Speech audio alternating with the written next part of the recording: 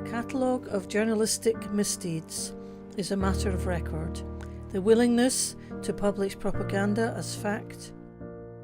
About Europeans, they don't believe it. They believe that that's what we as a population are being told, and they believe that we believe it. We believe it.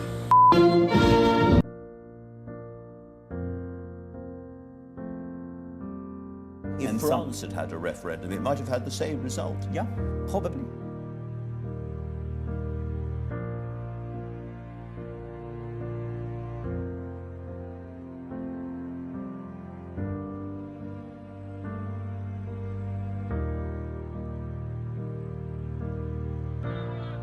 The apparently tame acceptance of censorship and the failure to hold power to account.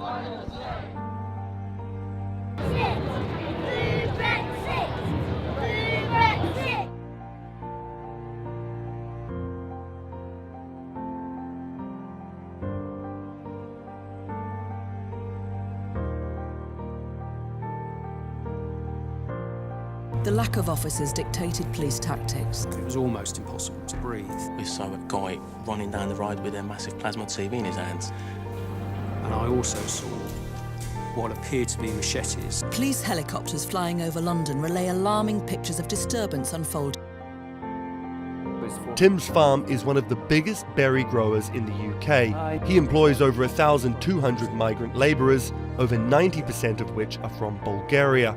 Tim's already finding it harder to get the workers he needs. Early in the year, we ourselves walked away from 100, 150 tonnes of fruit that we didn't have the people in June to harvest. So, for instance, abattoir workers, food processing factories, waitresses, chefs, they are disproportionately manned by migrant labour.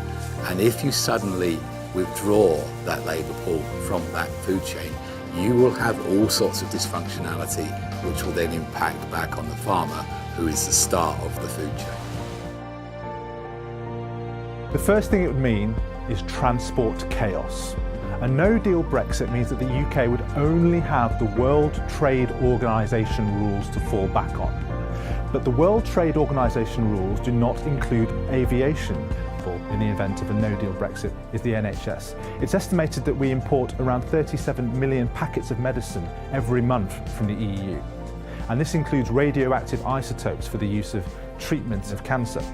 Any disruption to those supplies could have very serious consequences for people who rely on treatment from the NHS. Around 3 million European nationals live in the UK. A no-deal Brexit with no agreement on their status would instantly plunge them into a hell of insecurity. What would be their right to schooling, to healthcare, to residence? And that is why we're in this Brexit mess. And it's why we should get out of it by having a people's vote, so that the people can have their say on whatever hopeless deal Theresa May negotiates, as against the tangible and real benefits we have from being in the EU to protect our trade, protect our jobs and protect our income.